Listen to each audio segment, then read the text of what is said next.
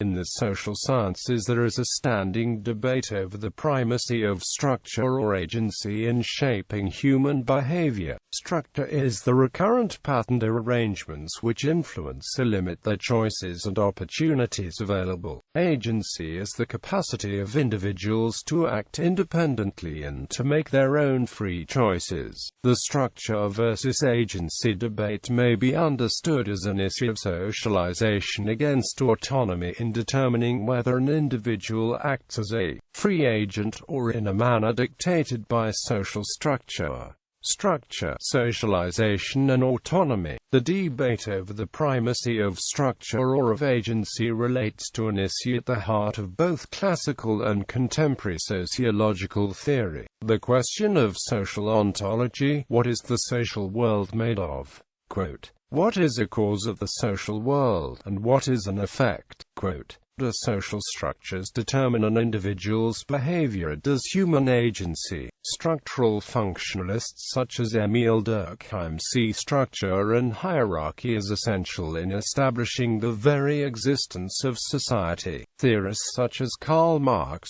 by contrast, emphasize that the social structure can act to the detriment of the majority of individuals in a society. In both these instances, structure may refer to something both material and cultural. Some theorists put forward that what we know as our social existence is largely determined by the overall structure of society. The perceived agency of individuals can also mostly be explained by the operation of this structure. Theoretical systems aligned with this view include structuralism, some forms of functionalism, Marxism. All of these schools in this context can be seen as forms of holism, the notion that the whole is greater than the sum of its parts. On the other hand, other theorists stress the capacity of individual agents to construct and reconstruct the worlds. Theoretical systems aligned with this view include methodological individualism,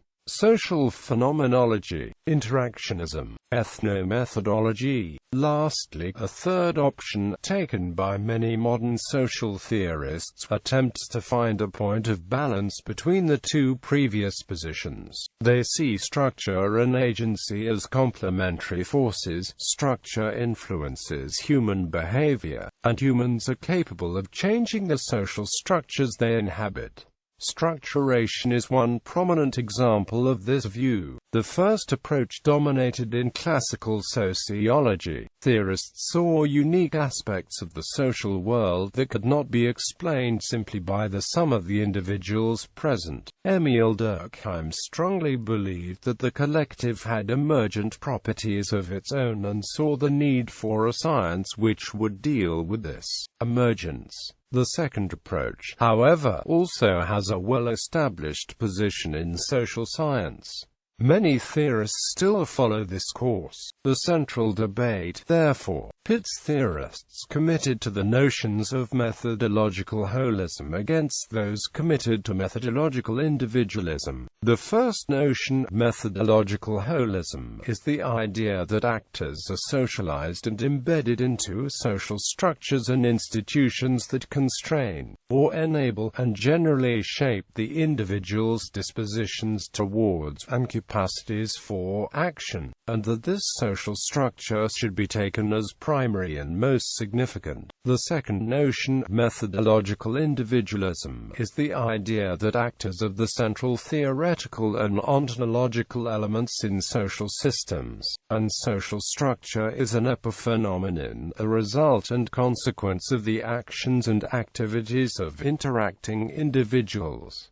Major theorists. Georg Simmel was one of the first generation of German non-positivist sociologists. His studies pioneered the concepts of social structure and agency. His most famous works today include The Metropolis and Mental Life and the Philosophy of Money. Norbert Elias was a German sociologist whose work focused on the relationship between power, behavior, emotion, and knowledge over time. He significantly shaped what is called process sociology, or figurational sociology. Talcott Parsons. Talcott Parsons was an American sociologist and the main theorist of action theory in sociology from the 1930s in the United States. His works analyze social structure but in terms of voluntary action and through patterns of normative institutionalization by codifying its theoretical gestalt into a systems theoretical framework based on the idea of living systems and cybernetic hierarchy. For Parsons, there is no structure-agency problem. It is a pseudo-problem. Pierre Bourdieu. Pierre Bourdieu was a French theorist who presented his theory of practice on the dichotomical understanding of the relation between agency and structure in a great number of published articles, beginning with an outline of the theory of practice in 1972, where he presented the concept of habitus. His book Distinction, A Social Critique of the Judgment of Taste, was named as one of the 20th century's 10 most important works of sociology by the International Sociological Association. The key concepts in Bourdieu's work are habitus, field, and capital. The agent is socialized in a field, an evolving set of roles and relationships in a social domain, where various forms of capital, such as prestige or financial resources, are at stake. As the agent accommodates to his or her roles and relationships in the context of his or her position in the field, the agent internalizes relationships and expectations for operating in the domain. These internalized relationships and habitual expectations and relationships form, over time, the habitus. Bourdieu's work attempts to reconcile structure and agency, as external structures are internalized into the habitus while the actions of the agent externalize interactions between actors into the social relationships in the field. Bourdieu's theory, therefore, is a dialectic between externalizing the internal and internalizing the external. Berger and Luckman. Peter L. Berger and Thomas Luckman in The Social Construction of Reality saw the relationships between structure and agency as a dialectical one. Society forms the individuals who create society, forming a continuous loop. James Samuel Coleman's Coleman boat provides a link between macro-sociological phenomena and individual behavior. A macro-level phenomenon is described as instigating particular actions by individuals, which results in a subsequent macro-level phenomenon. In this way, individual action is taken in reference to a macro-sociological structure, and that action results in change to that macrostructure. Anthony Giddens' contemporary sociology has generally aimed toward a reconciliation of structure and agency as concepts. Anthony Giddens has developed structuration theory in such works as The Constitution of Society. He presents a developed attempt to move beyond the dualism of structure and agency and argues for the duality of structure, where social structure is both the medium and the outcome of social action, and agents and structures as mutually constitutive entities with equal ontological status. For Giddens, an agent's common interaction with structure as a system of norms is described as structuration. The term reflexivity is used to refer to the ability of an agent to consciously alter his or her place in the social structure, thus globalization, and the emergence of the post-traditional society might be said to allow for greater social reflexivity. Social and political sciences are therefore important because social knowledge, as self-knowledge, is potentially emancipatory. Klaus Heilmann. His access to research on structure and agency is characterized by socialization theory. Central to the theory is the lifelong interaction between the individual and his/her longing for freedom and autonomy. and society with its pressure of order and structure. As he states in his model of productive processing of reality, personality does not form independently from society. Any of its functions or dimensions, but is continuously being shaped in a concrete, historically conveyed life world throughout the entire space of the lifespan. The Ppr model places the human subject in a social and ecological context that must be absorbed and processed subjectively. The human being as an autonomous subject has the lifelong task to harmonize the processes of social integration and personal individualization. This task is mastered in specific steps that are typical for the respective age and the achieved developmental stage. Roberto Unger, social theorist and legal philosopher Roberto Unger developed the thesis of negative capability to address this problem of agency in relation to structure. In his work on false necessity, or anti-necessitarian social theory, Unger recognizes the constraints of structure and its molding influence upon the individual, but at the same time finds the individual able to resist, deny, and transcend the context. The varieties of this resistance are negative capability. Unlike other theories of structure and agency, negative capability does not reduce the individual to a simple actor possessing only the dual capacity of compliance or rebellion, but rather sees him as able to partake in a variety of activities of self-empowerment.